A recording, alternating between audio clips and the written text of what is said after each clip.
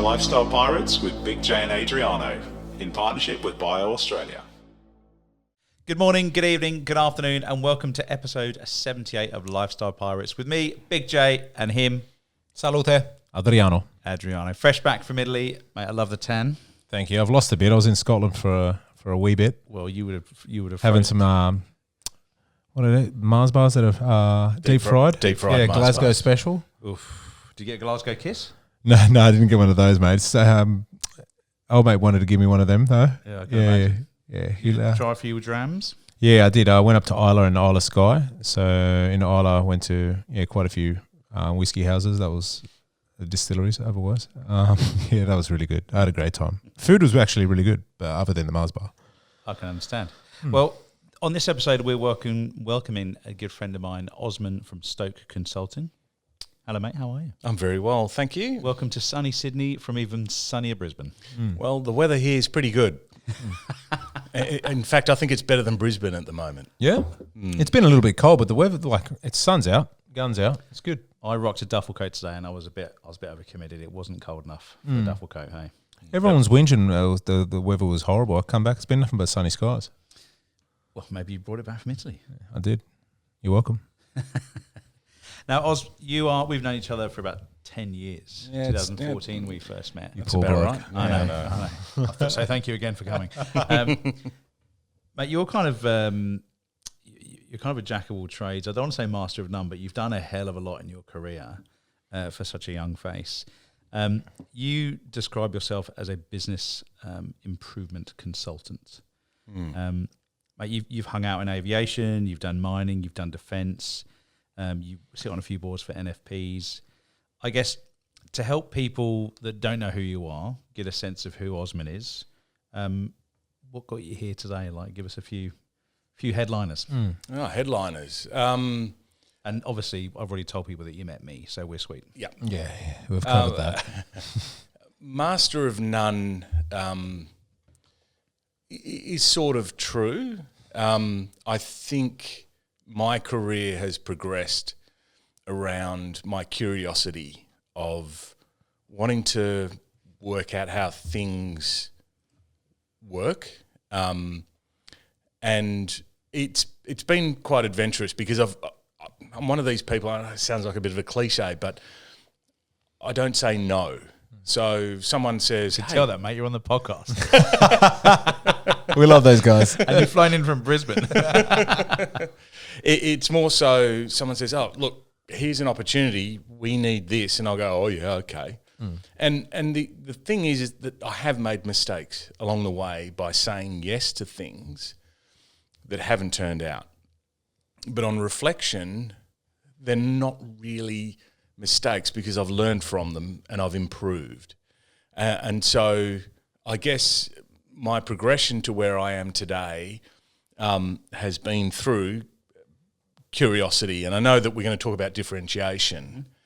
And one of the things about me is that I've always felt that I have been different in no particular way, but my upbringing was normal but different. And I know that sounds a bit contradictory, but even my lineage, my mother was Irish, my father was Mauritian, which is a very strange combination. And I used to have a competition where people would say, where are you from? And I'd say, I'll give you $10,000 if you can tell me what my heritage is. And it's funny because most people go straight to, oh, you're Lebanese, are you Turkish? Which, okay, I look Lebanese and Turkish. So if I'm offering $10,000, I'm clearly not that. But anyway. I was going to say Greek. No one's won it. One person did say, oh, are you Mauritian? And I went into a mild panic. Oh, shit. That would have been $5,000. That's $5,000. No, there's no half measures. Yeah. And so they met at medical school in the Royal College of Surgeons in Dublin, and which was an unusual combination of a very Irish Catholic woman and a Mauritian Muslim moving to Dublin to study medicine. And they met there, and my mother was a few years older, and they had a wonderful relationship. They've both passed since, and my father died when I was 17. But they moved to England because they wanted a better life and wanted to progress their life, and they spent some time in England. And I was born in England with my two elder sisters. Mm-hmm. And then in the early 70s, there was this thing that came up in Australia. I'm not sure who the Prime Minister was, but they needed doctors in Australia. So my parents had the choice of going to Canada or Australia. Mm. And I'm really pleased they picked Australia because... yeah, absolutely. Yeah. Have you been to Canada? No, I haven't. I've got nothing against Canada. It's closer to the US, though. But they don't play cricket, and I'm passionate about cricket. You are passionate about it. They do play cricket, but not very well. And so we moved to Perth. And I remember going to school, my first week in school in Morley, and I had quite a pronounced English accent, and I still have a little bit that sort of hangs back now, but it comes out when you and I hang out a bit more. Oh, right, okay. But you're an Australian citizen just like me. I am, yeah. Yep. And I got beaten up. I got bashed because I had this English accent, so I had to assimilate fairly quickly. So, I guess for me it was always I'm a bit different. I'm from a different background. I'm not I'm not an Aussie growing up, but I loved everything about Australia. I loved Perth. I loved growing up there. I've got some really good friends in Perth, and I didn't do well at school. I went to about 5 different primary schools, I think. Wow. And it was my parents trying to find the right spot for me, and my 2 elder sisters were very strong academically. I just didn't want to apply myself. I wanted to have fun. And my parents did so much to help me. And then one day they said to me, do you just want to go to the local state school? And I went, yeah. So I went to the local state school, and I did high school, and I was okay. I wasn't great. And year 12 came around, and that's when my father died, when I was in year 12. And that was for me very much a pivotal moment in my life, because I did my final exams, but I didn't do very well. And I'll say that it wasn't because my father died. It was just because I was a shit student, and I didn't apply myself. And it was a pivotal moment because I had to grow up really quickly. I guess you became the man of the house. I became the man of the house of sorts, very capable mother and sisters, but it was challenging for a young man. And I often think at my age now, I'm the same age as when my father died, and my son is the same age as me when my father died. So I quite frequently reflect on that. And so I got a job, and I got a job as an apprentice welder. Anyone who knows me well, I am so bad at anything handyman. Like I used to. That's why we get along, mate. We outsource. That's a difficult trade to pick up, then. Yeah, I know, and I was terrible. Yeah. I was really, really bad. And I was welding fuel tanks and things, and I'm thinking, God, what's gonna happen here? Just add to it, yeah. But I got through that, and well, I didn't get through it. I had my knee gave way, and back then, if you're an apprentice, they go, well, you got a bad knee, you're out. And it so happened through my girlfriend at the time, her dad was National Sales and Marketing Manager for Westfi, which is West Australian Forest Industries. They don't exist anymore. And I used to look at him, and he used to be flying to Melbourne all the time, coming home, and after a few drinks on the plane, he looked like he had the best life in the world. And I thought, I want to do that. And of course, I didn't have any school. It was called TEE back then. I didn't have a score to get into uni, so I went and studied high school, year 12 again, part time, and I got my score, and I got enough to get into marketing. So I got into marketing. While I was working, he got me a job as a forklift driver. as much as I'm not a good handyman, I'm a very, very good forklift driver. That's my fallback. And I still look at forklift drivers when I'm out and about and Judge them. work. And I judge them and I say, oh, okay. You got any in your warehouse? Classic. You got any in your warehouse? Yeah. Forklifts? Yeah.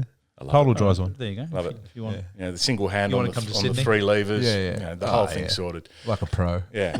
And I really, and I look back and I think that's actually one of the jobs that I really enjoyed in my whole life. That's the funny, most. that, yeah. Was driving a forklift in a timber yard. Yeah. No stress. No stress, no safety either. But Absolutely. It's like- I've never seen one forklift driver follow all of the safety rules. They use it for ledgers. They do all weird shit with them. Yeah. yeah, you'd do a stock take, and some fella would sit on the tines, and you'd raise him up to the top level.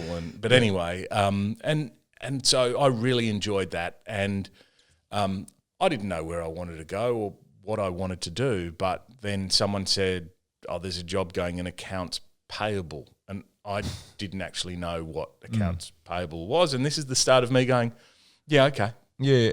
I'll do it." So I went in there, and it was all paper-based and calculators, which is really not my thing. No But Excel. I muddled my way through, and the best part of it was, and it's no longer, doesn't exist anymore, but a tea lady used to come through twice a day with a trolley, and you'd get a hot chocolate and biscuits, which was the highlight of my day. Yeah. And then again, as it went through, there was an opportunity, there was a spot in sales, in the sales team, internal sales, and it was, do you want to do that? Yes. Okay. I've never sold anything in my life, but I went in and I learnt what to do, and it was probably then, and I look back, and the company I work for, it was Cullity Timbers, and I look back now, and some of the people, I remember their names, like Liz Mickle and Bob Armitage, who had such an influence on me that I still remember what they talked about today, and it's really sort of entrenched in me. And I learnt so much about sales and dealing with people, and we were dealing with builders and cabinet makers, and they weren't so nice. In fact, they were awful. But you learnt how to deal with them, and I became resilient. And then a spot came up to be the sales administrator, which I thought sounded awesome. Imagine being a sales administrator. I took that role on, and ran the sales of the internal sales of a small team, which was a lot of fun. And that's when I started learning about and observing about leadership and about doing things differently. And I don't know what it was, but I came up with this new way of running our whole sales department, of having a front line and a back line and all of these sorts of things. And everyone laughed at me and said, that's not going to work. I thought, oh, we're going to do it. Nice. And I had no idea how it would turn out. And it was one of the first experiments of my whole career, for this sales team to have a front line and a back line. Essentially, front line was talking to customers, and the back line was doing all the admin. Like today, it makes sense. But back then, everyone did everything, and it was so inefficient. So I put that into place, and it worked of sorts. It wasn't perfect, but it worked. And so I sort of worked my way up. I always sort of got promoted because I was willing to have a go. And back then, the ultimate, no matter what, was to be a sales rep and have a Commodore, a VH Commodore, I think it was. Yeah, it's VH. They're all white. And all these guys, I looked at them and they had these Commodores, and it was like, that's where I want to be. And This was only last week, by the way. yeah. Wow, this story's moving fast. Yeah, and I got the Commodore, but I got the oldest one in the fleet. I got the shitty old Commodore that kept breaking down, but it was a company car. All Commodores were like that. Yeah, yeah, but I went away on holidays and I came back, and at my house there was where my Commodore was when I came back from it wasn't there, and one of my colleagues turned up and said, I'm sorry, you've got to take you back to the office to pick up your stuff. And I said, have I been fired? I said, well, I can't say, and blah blah blah. But I went back, and in the warehouse was a brand new Commodore, and I still think to this day it's one of the greatest, happiest moments of my career was being given a brand new Commodore as a company car. Why? I don't know. It was a status symbol back then to be driving around with a mobile phone. How old were you? Mobile phone as well. I was. This was back in about 93. Yeah, mobile phones and VH Commodores, mate. I didn't know they were in the same Man, I era. was driving around Northbridge. It was fantastic. You baller. Yeah. But it was like this. Was it status. white as well? It was white. Yeah. They were all white. Yeah. And there was Oh, no so the whole sales fleet rep was white. anywhere in Australia without a white car. Mm. They're all white. And no GPS, so which means you could go and sit under a tree and have a sleep, or go home, and no one would know where you are. But anyway, You've just stereotyped sales reps. but they track them now. Back then, you could do whatever we you are want. tracked now. So yeah, my career. So from there, I kept going and worked my way through, and I enjoyed sales, and I learnt a lot about people and talking to genuine people, cabinet makers, builders, and learning pretty quickly how to converse with people and ask for orders and ask for money, when they hadn't paid their bills, and people, you have to pick up a check. That's a skill in itself. Yeah. Yeah, having those hard conversations sometimes. Yeah, and putting in orders through the the pay phones and things like that. Sorry, a payphone? Like what? Like a Yeah, you payphone put when money. you We ring had people money with? in our pocket, and we'd have a little notebook. and Explain this money. What is this thing? and then it got to the point where I really wanted to. Cricket's always been my passion, and it is today, and I still Does that play come from today. time in the UK or time in Oz? Time in Oz. Yeah. And the bizarre thing about it is my Irish mother got me into cricket, and she was the manager of the cricket team when I was a kid. And I started when I was about 7 for St Mark's in Perth, and I progressed my way through, and I won a couple of premierships with Perth Cricket Club in the WACA competition over there, and really loved cricket. It was always my passion. And then there was this moment where, for me, any cricketer in Australia going to play cricket in England is a massive opportunity. So I took it, and I packed everything up, went to England in '99, and played a season with Homesdale Cricket Club in Kent, 2 seasons there, and didn't do well at all because I just couldn't. I know, John, I know you don't understand any of this, but Sports. I'm sitting right here. I can hear you. But I couldn't adapt to English conditions. But I had, and I don't remember what happened on the field. I just remember the social side of it, and I still keep in touch. Nearly 23 years ago, I still keep in touch with those guys in England. Yeah, cool. And it was fantastic. I loved it. And then I moved back to Brisbane, and that was a change. And went into sales, and I took the first job I got was back in Brisbane, was selling stationery as a sales rep. And oh my God, I was so bad. Did you get your Commodore back? Or? No Commodore. You had to have your own car. I got one of the original Kia Sportages. Yeah, Okay. Awful car. Do you know what a Kia is, mate? Yeah, I've heard of them before. I've heard people talk about them. Yeah. But yeah, so I became a sales rep, just selling stationery, and I was terrible, really bad. I was not good, and I think in sales you've got to be a little bit forgiving that you're not going to be good at everything and every company you work for and every condition. Because you're good at sales doesn't mean you're going to be good at sales everywhere. So why do you think you weren't good at selling stationery? I've never really reflected on that. I just didn't connect with the company or the product. It It'd be didn't. difficult. Yeah, selling paper. It was. It's not the most emotional thing. It's to not sell. emotional. I guess I've always been better at selling a product with inherent value.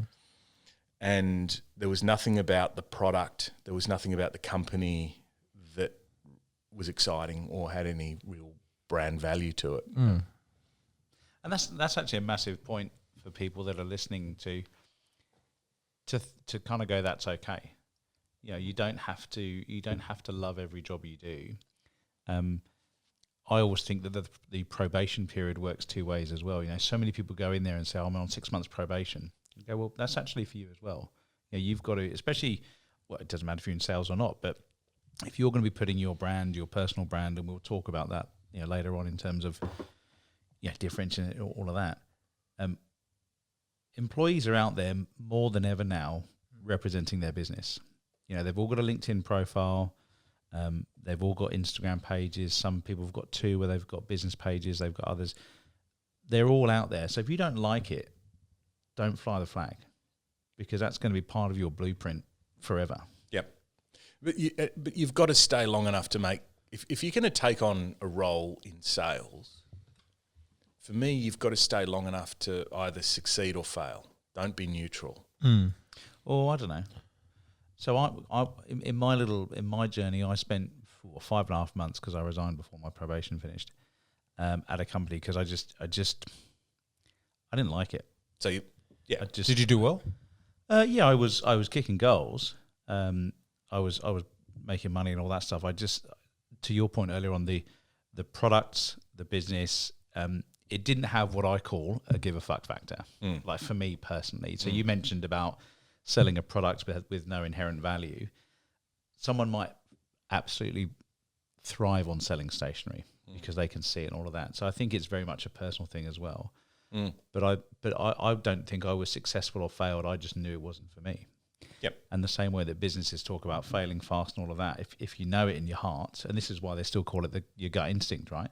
If you know it in your heart, just follow your gut. Yeah. So, and I think we might touch on it, but I mean, sales is a performance role. Absolutely. Unlike a lot of others, if you're an accountant, it's performance. You've got to do things technically and get it right. But I think being a sales rep is being the player on the field, and you have to perform week on week, and that's where the pressure is. And if you can't take that pressure, you get out. Yeah. You do something else. That's And why I there's nothing find wrong with that. sales a bit exhausting. Yeah. Because, you always got to be on your A game. I don't understand. I credit to you salespeople, like, who are just on it all the time, because I couldn't do it. But everyone's in sales, you know that. Yeah, I do know that. But I also need my own sort of space and my own sort of recharge. I can't just be 100% front. I like technical aspects as well, you know, where I get to go into a little sort of area where I can just be analytical rather than being sales focused. Yeah. the irony is I think you're one of the best salespeople I know. Thanks, mate. I don't know why, but... Well, the thing is, I know you hate salespeople and you hate being sold to, but because of your knowledge and the way that you are and your process and things, you're never really selling, you're just having a conversation. Yeah, always. Like your customers I never do a hard sell. love you. Like, But that's good sales. Like, good sales is when you're not sell. It sounds ridiculous, but you don't sell. Yeah. You build relationships, you build trust, and that's what I'm good at, and that's why I'm not good with a commodity product, because you have to push on price and you have to push on volume and all of those things, and I've never been good at that. I've been better at relationships and helping people, and that's probably borne out later in my career more than anything. But, you know, I went from selling paper to went back and I finished my marketing degree that I started in Perth and didn't finish. And so I went full-time at uni at QUT, and I worked at I got a casual job at a market research company down the road. And back then it was all telephone. You know, it was Ipsos, which is the French market research company. And so I went in there as not as a researcher, but just as like some sort of admin person. Like I said that I can do Excel really well, and I couldn't, but I got the job. Yeah. you sold yourself.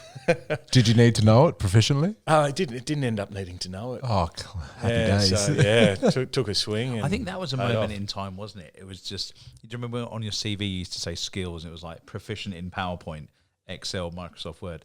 Now it's just a given.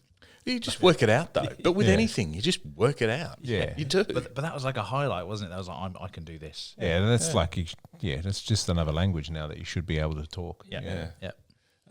So I really enjoyed that job, and I enjoyed the people, and I enjoyed the company.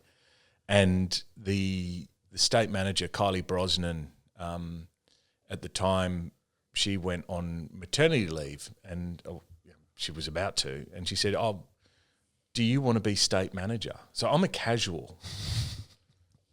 And she said, "Do you want to be state manager? You know, you'd be perfect for the role." And I went, "Oh, I'm doing uni full time." She goes, "You can do both."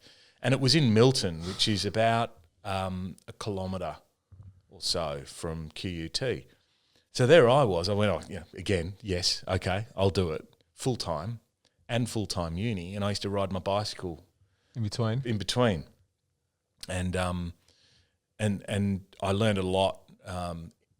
Probably about leading. That was the first job where I really had to lead a big team, and that's when I guess I shed my salesperson role and became more of a leader and a manager. And I always call it. And if anyone reads anything I put on LinkedIn, they'll see that I'm a big fan of managers. And you hear on LinkedIn everyone beating up managers. "Oh, don't be a manager. You have to be a leader." You know, like, not everyone can be a leader.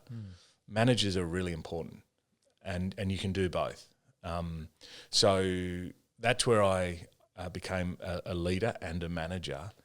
And I spent a year doing that, and then I got an opportunity when I graduated with my marketing degree, before internet really existed, properly, and everything was... What a time. Yeah, there was, the porters, whatever they are, 5 forces, and the 4 Ps of marketing, which I think is up to about 12 now. Probably.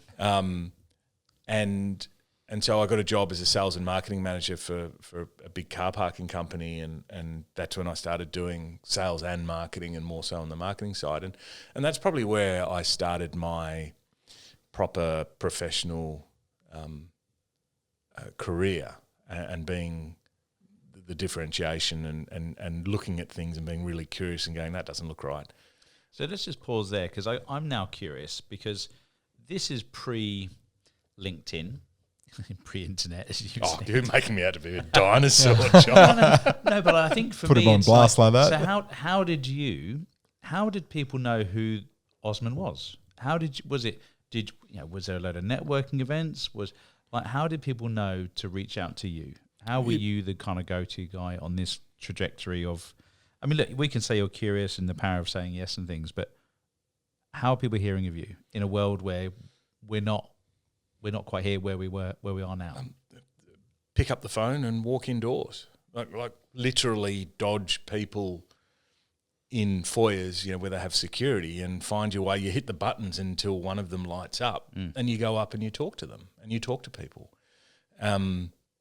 Pick up the phone and ring people, and it still works today. And maybe we'll talk about it a bit later. But at the moment, people will just send a LinkedIn message that's generic or AI generated, or they're too scared to do that. And back then you had no choice. So it's not a matter of, no, I'm not, you had no choice. So that's how you did it.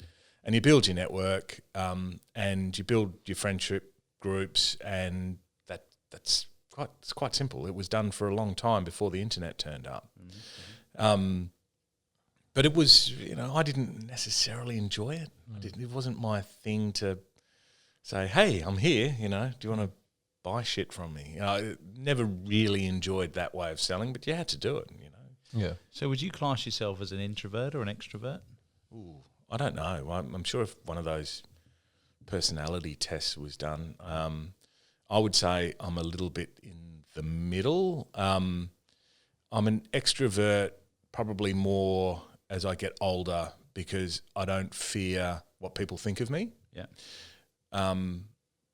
But earlier in my life, I was an introvert, and it was really difficult being in sales. And deep down, you're a bit of an introvert, and I was more worried about what people thought of me and what can go wrong, rather than what can go right, or I don't give a shit what they think. Yeah.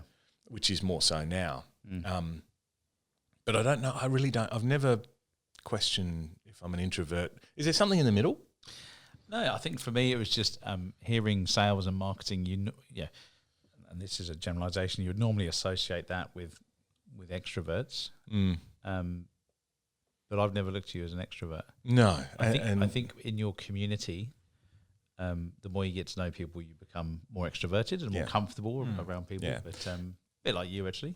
Yeah, I'd say you're absolutely. an introvert, extrovert. But I'm not the one to take the limelight. I won't walk into the room and go, I'm here, come and talk to me. Yeah. I'll go and find someone who's not talking to anyone else, and and that's the way I'll do it. I'll do it quietly. And I don't know if that's good or bad, but that's just me. I don't think there's any right or wrong. Yeah. No, Everyone's I just completely different. Yeah. Yeah. So yeah, and then I from there I went to, I would say, my favourite job of my career, which was Greyhound Australia, The buses, the bus company, and coaches. Sorry. and the coaches, and it was back. Mark Menther from Quarter Menther bought, with a couple of other investors, bought Greyhound when it was really struggling, and it was when Virgin came along in 2001 and basically killed the point-to-point bus, the backpacker market. And Mark, in his wisdom, went, well, I've bought this company. I love the brand. It's iconic. It's Australian. And by the way, Greyhound Australia was the first Greyhound, not Greyhound USA. Really? They're not affiliated at all. So Greyhound Australia was the first Greyhound in the world. It's actually a whippet, but anyway. Attention to detail. Yep. And ruined that name for me now. Maybe that's how the Americans differentiated. Yeah. And the other thing is the American dog faces the other way on the bus. Right. Oh, right. But anyway, that's besides the point. Yeah. Clearly. And so I came on as the general manager commercial. My job was to win contracts, because with contracts you get guaranteed income, there's value to the business. You can run a route and there'd be no one on the bus and you still get paid for it. And I knew nothing. Again, this is where, my curiosity, I knew nothing about it, nothing at all. And I came on board and I had one employee, Eric Harding, who's still at Greyhound. And it was like, hey mate, how you going? We've got with the future of the company. What do we do here? And we had one contract with BHP at Olympic Dam, and it was like $3 or $4 million a year. And that was it. That's the only contract. And so the idea was to build this thing up. So all of the majority of revenue would come from contracts. So I had no idea. I'd never been involved in buses, coaches, mining. I knew nothing. So I did my thing where I'm curious, and I went and I examined it and I looked at the market, and I looked at mining being the obvious industry, and I looked at how it operated, and it was operated as a cottage industry. It was mum and dad operators with old buses running mining crews to site, and there was no one who really was offering any value. And so I thought, okay, we're going to do this differently.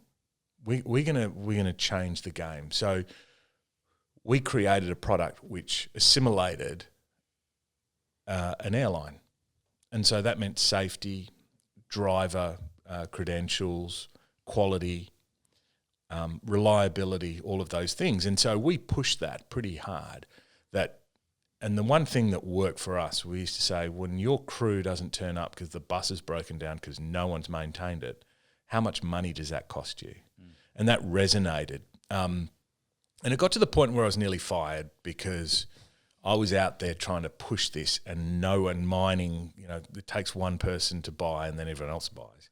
And no one was picking this up because they were going, you're too expensive, because I was double the price, double.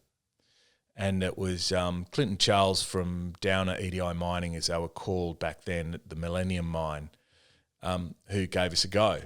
And it was like winning the grand final. We'd done it, and we'd won one contract, and that's all we needed, because that means we could set up a base in Mackay in central Queensland, and we lost money every single day, but we had a base in Queensland. And what happened was all the other mining companies looked around and went, oh, they're doing that. We should talk to these guys. And all of a sudden, it proliferated. It was everyone wanted Greyhound. Everyone wanted to talk to us. And we grew it and we created a model that no one else did and no one could copy at that time.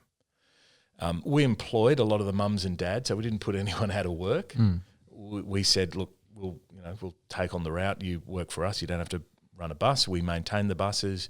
We created aircraft style buses with overhead lockers. We did the really unpopular thing of taking alcohol off the buses. Yeah. Really unpopular thing of making sure seatbelts were on. Alcohol on the buses on the way to all mines. On the way home. Oh, yeah. Which is illegal anyway. Yeah. But we wanted to make it like a proper safety product, and the mining companies loved it. And then there's an opportunity for a massive contract in Western Australia at Onslow, the Wheatstone project, which was a Chevron project built by Bechtel. And that tender pack landed on my desk, and it was huge. And the value was, I think, well over $100 million for this. And we worked on that for 18 months. And again, we were not the favourites to win it. And we weren't the cheapest, but we did things very, very differently. We actually created their plan for how they managed parking turnarounds because they hadn't thought of anything. We created opportunities for the drivers. We did everything that no one else was doing. And a couple of trips to Houston, which was good fun with my team. And it was a team effort. It wasn't just me. And people like Isabel de Karen Fleck, who I still is a good friend of mine, keep in touch with. We managed to win that contract, and that was the turnaround for Greyhound. And the Mackay base as well was an incredible turnaround. It's massive now. And the upshot is that Greyhound sold the commercial division to Kinetic about 2 or 3 years ago for enormous amounts of money. And that's one of the things I'm most proud of, and that people like Mike Goodall, who was my predecessor, Mikey and I, we catch up for a beer on a regular basis. And that's why I'm really proud of it, because the team I worked with, we keep in touch and we talk about it, and we're very proud. And that's one of the great things of working in a group like that. And it's not sales, it's creating something of value and doing something very different. And it was, again, we won the contract and we hadn't implemented it yet, but we won the contract, and then I got an offer from Spotless to go and turn around their massive new industrial laundry in Darra, and I said yes. On to the next. We hadn't even landed it was signed, but it was another probably 6 months until it was. But it was that there's something new. There's something new to come along. So, from what you've just said, there's a bit around winning these contracts by doing something different. If you were to do an equation for differentiation, what would it be? An equation, like So, because what you just said is, you would double the price, and we always talk about giving value. You would double the price. You were doing things that they weren't aware of, but that they needed, that they liked.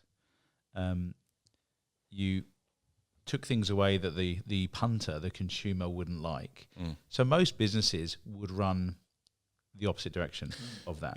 Yep. So what was it? What was it that kind of enabled you? Was it gut? Was it knowledge? Was it, I don't know, the dare to be brave? Because there's so many businesses out there, and we could almost kind of adopt this in individuals as well. But there's so many things out there, businesses wise. Let's stick to business, where they're just following each other, and that could be a race to the bottom from price. It could be product. You actually talk about Red Bull a lot, which I like in terms of a differentiator. What gave you the confidence and courage to do that? You didn't. It was squeaky bum time. It was, to be honest, there was a bit of instinct there. Yeah. And I don't know where that came from, but there was definitely some instinct. And it was also having a team where everyone could just have a say. Yeah. And, the best idea wins. There was no egos. But we all used our instinct. What can we do that no one else can do? And that's where now, and I talk about it a lot, is, don't aim to be the best. Aim to be the only. I love that. That's good. I'm the only one that I know with a pink blazer. Yeah. Yeah. Oh, I did see that guy in Brisbane once. That was me. Oh no, it wasn't. You sent me a picture. Yeah. And be the only one to provide a service or a product that people can't get elsewhere and they're prepared to pay for. That's the important bit.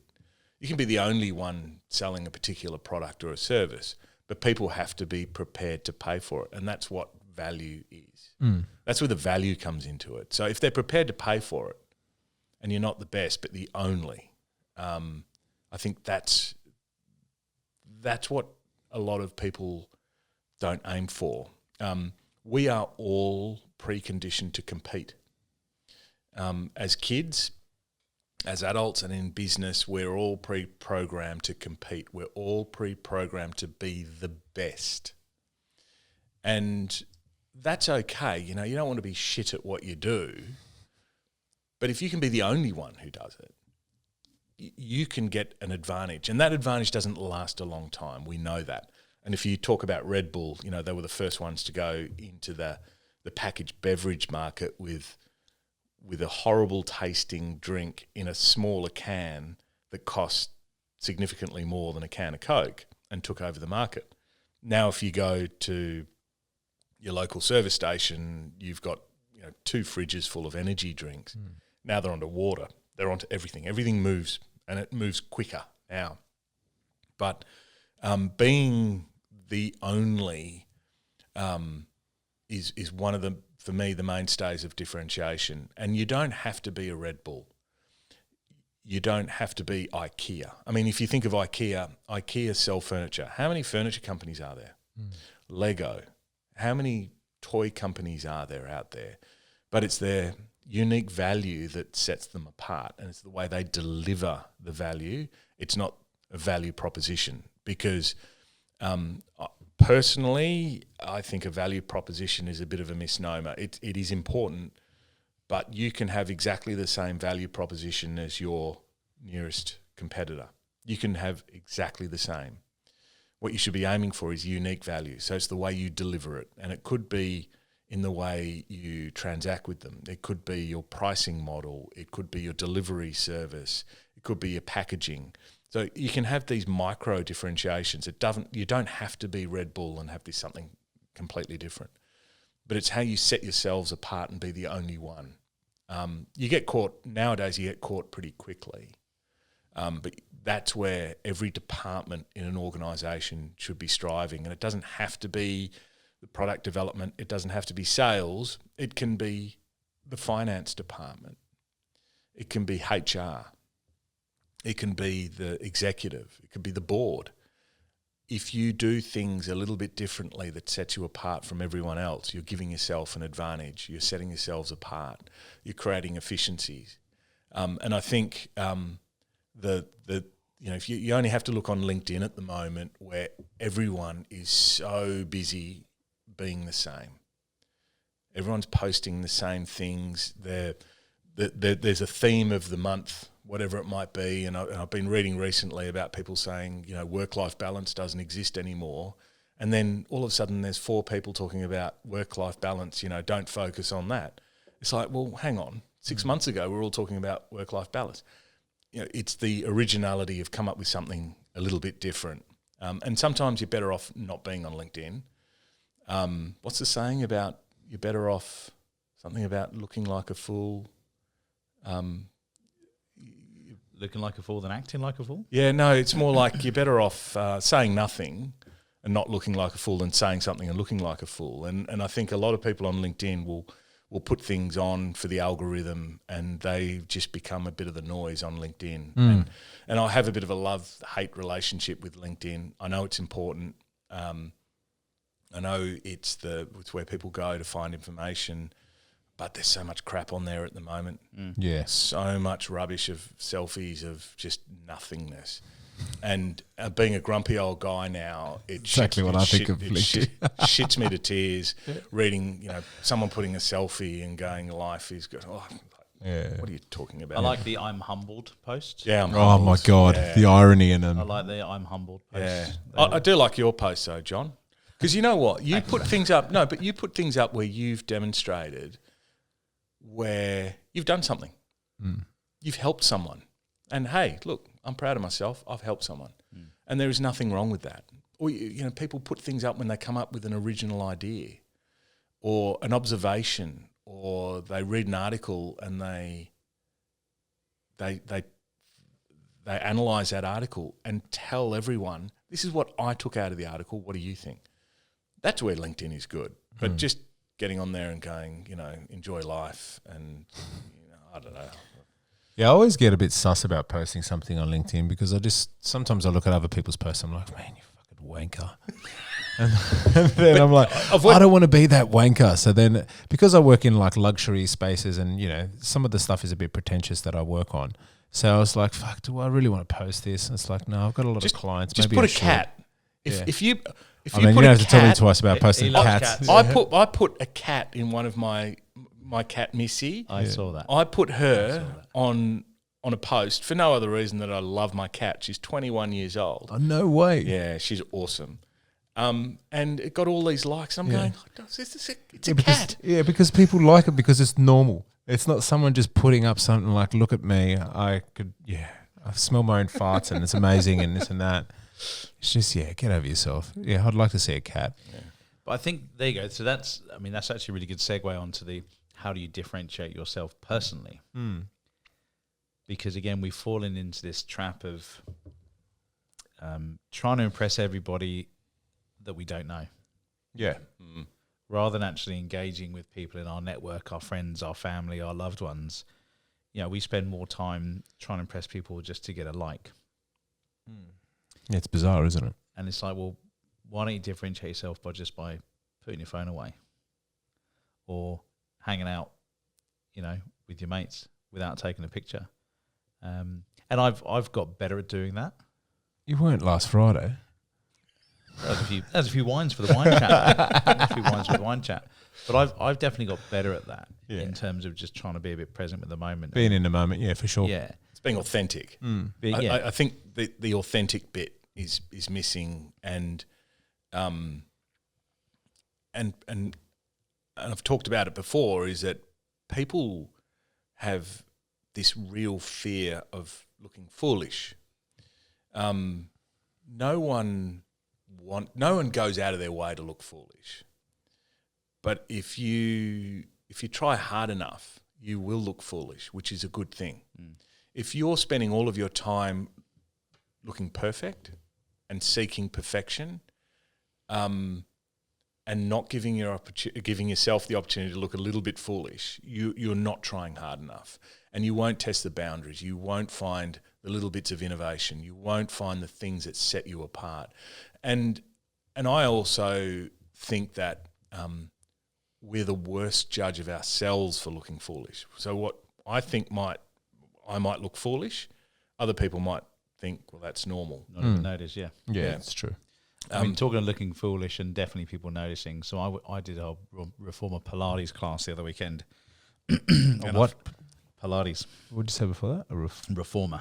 Okay. So it's on the machinery. Okay, yeah. And I fell off the damn machine. Oh, brilliant. Please tell me someone filmed it. So that was no, because we were being present, Authentic. But that was me definitely looking foolish and having a bit of a laugh at myself. And I went, "Who put that wave there?" Nice. If you own it, it's good. But I could do nothing else. I'll talk about cricket and in cricket, one of the things that holds cricketers back, even at a community level of cricket, is no one takes a risk because they don't want to get a duck. They don't want to look foolish. They don't, and so they don't take risks. And I think if you look at some of the greatest cricketers, John, can you name a few? Donald Bradman, Okay, I'm thinking Ian Botham. Yeah, well, yeah. Warnie, mate. Warnie. Warning. But look at Warney. Shane Warne, that was his first name. Yeah. Yep. But it's I'm out. Don't ask me anymore. it's the risk takers. It's the batters who do something completely different that will take a risk and they don't care what happens. That in the long term are successful. It's community cricketers who hide behind their stats, miss out on enjoying cricket and enjoying life. And I think that's relative to the rest of your life. Is if you are so worried about looking foolish and what people think of you, you're going to miss out on a hell of a lot in your life by worrying about what other people think of you.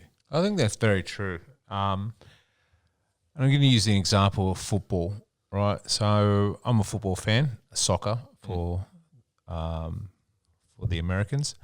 And I've noticed over the years, like the Euro, the World Cup and everything else like that, people don't take shots anymore. People don't take risks or anything else like that. If you look at the glory days of the 90s and 80s and stuff like that, the football was absolutely fantastic, right? People used to do weird shit, like stuff that was completely crazy. You know, they had one of the goalkeepers who did a scorpion kick that went up backwards and kicked the ball with the back of his legs, back of his feet, sorry. And watching the Euros now was the most boring football I've ever seen in my life. And it's true. It's because people just are afraid of making that mistake and looking like a fool. Yeah. But you lose all that romance in people just giving it a go, and doing something a little bit outside the box. And so when you said that about the cricket, it's like, that's why football's shit. It's the same in business, you see. It's very similar in business where everyone wants to conform because everyone's got a metric, everyone's got a KPI, everyone's bound by certain standards and protocols that don't allow them to experiment or do things differently, especially in big business. And that's why we have terrible service in a lot of big business. Smaller business are better at it because they're nimble. They're allowed. They're forgiving of mistakes. They're allowed to experiment. So for SMEs, the medium-sized companies that Stoke Consulting work with, the encouragement is very much to differentiate, take small risks, experiment, and don't be like everyone else. Don't try and compete. Because competing is bad. Because when you in a market, when you're competing, all you're going to do is end up on price and service, and anyone can beat you on price and service. It is a road to nowhere. But unfortunately, in Australia especially, which is not as innovative as some other countries, we are laggards in many ways. We just pre-programmed to compete, and it's a shame, and that's what we're trying to help companies to get out of that. And surely that would stifle creativity and innovation of businesses. And if your modus operandi is just drop the price, then it's like, well, you're not finding other ways to add value or it's lazy. to service your clients better or to service your staff better. If you're just going on that side, then the business doesn't actually move forward and we don't learn anymore. Yeah. Would that be right? Yeah, that's right. And the other one I look at, and it's not in the area I look after, but I look at coffee shops who have the coffee cards, right? And you go in there and you put your coffee card and they stamp it and they give you free coffee after you've had 10 coffees, right? Just make a bloody good coffee and they'll keep coming back. Yeah. And what you do is you give the barista the latitude to just give out free coffees whenever they feel like it. And so when people get a free coffee, the regulars get a free coffee, they went, oh, they're thinking of me. Not, I've had 10 coffees, I get a free coffee. Because you know what? If it's good coffee, they're turning up. You're giving away free coffees and you're making them go through this process. Just make good coffee. You don't have to do those sorts of things. Do something different.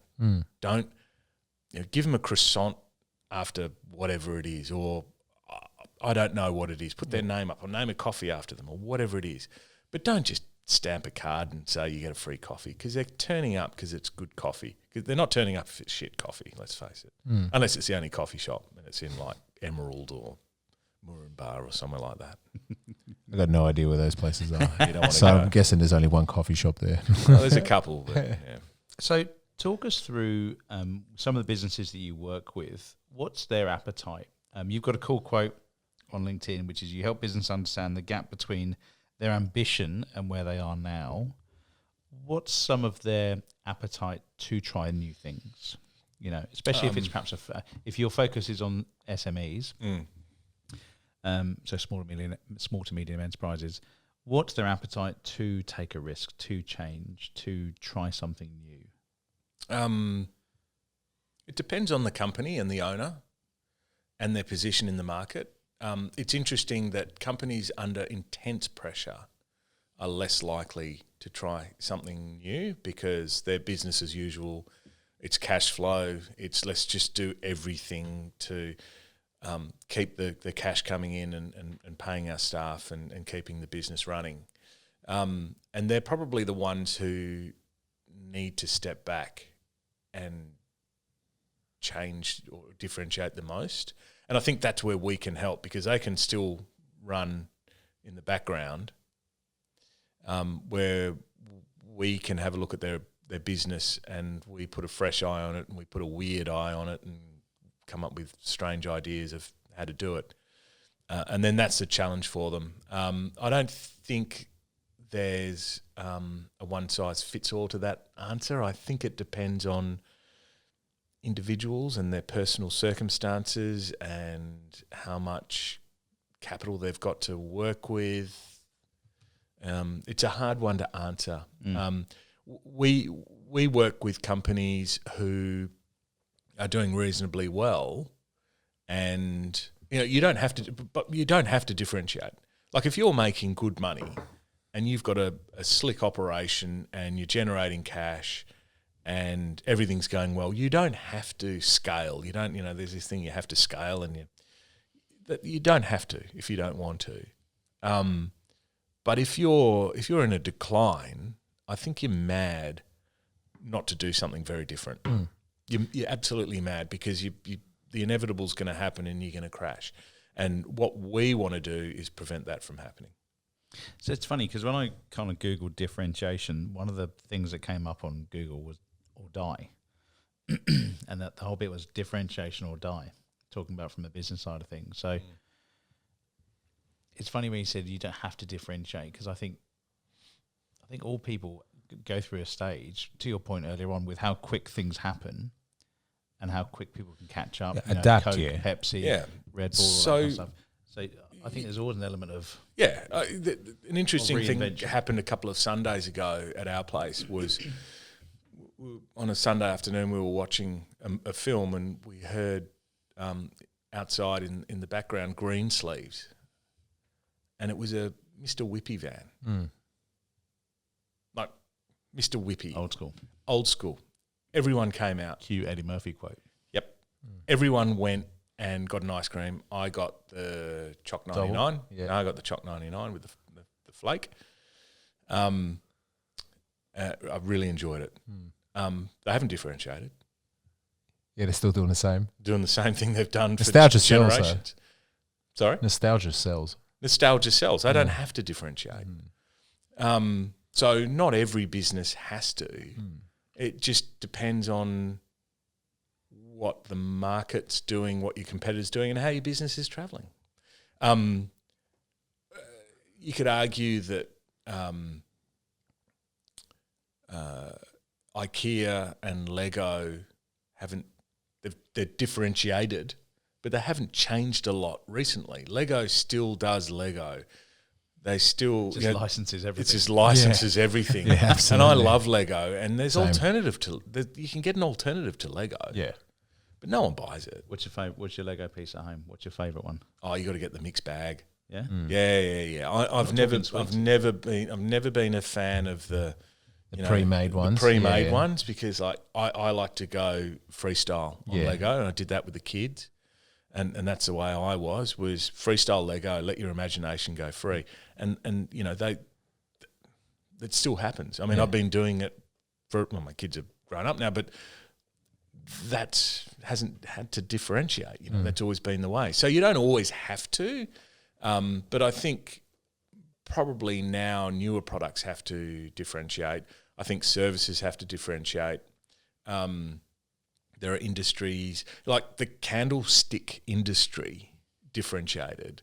It went out of fashion and then came back into fashion. So everyone now buys candles and they cost you $50 to buy a candle. Crazy how expensive candles are. So industries go away and come back. And so I don't think every industry has to.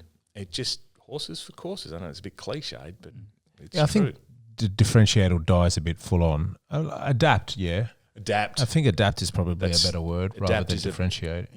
Adapt and be nimble, and look forward. Don't be reactive. Anticipate what's going to happen or create the new norm. Don't follow it. Create it. I think that takes bravery. That takes risk. It takes imagination. The best way to do that is get out of the office, go for a walk, get outside, go on holidays, go to a bar, whatever your thing great. is. Those are great ideas. But, you've got to get out and think, what is the future? What's ridiculous? It takes enough? effort. It does. It takes a lot of effort. People are very complacent and happy with mediocrity. Yep. Because it's just comfort. It's comfort. Yeah. And everyone wants to feel safe and no one wants to look foolish. I love it. Your journey of just saying yes and being curious. I'm going to ask you a closing question now. What would you tell your 20-year-old self?